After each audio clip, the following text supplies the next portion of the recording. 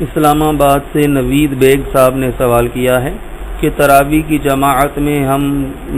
کھڑے ہیں، جماعت میں شریک ہیں، اور اگر وضو ٹوٹ جاتا ہے،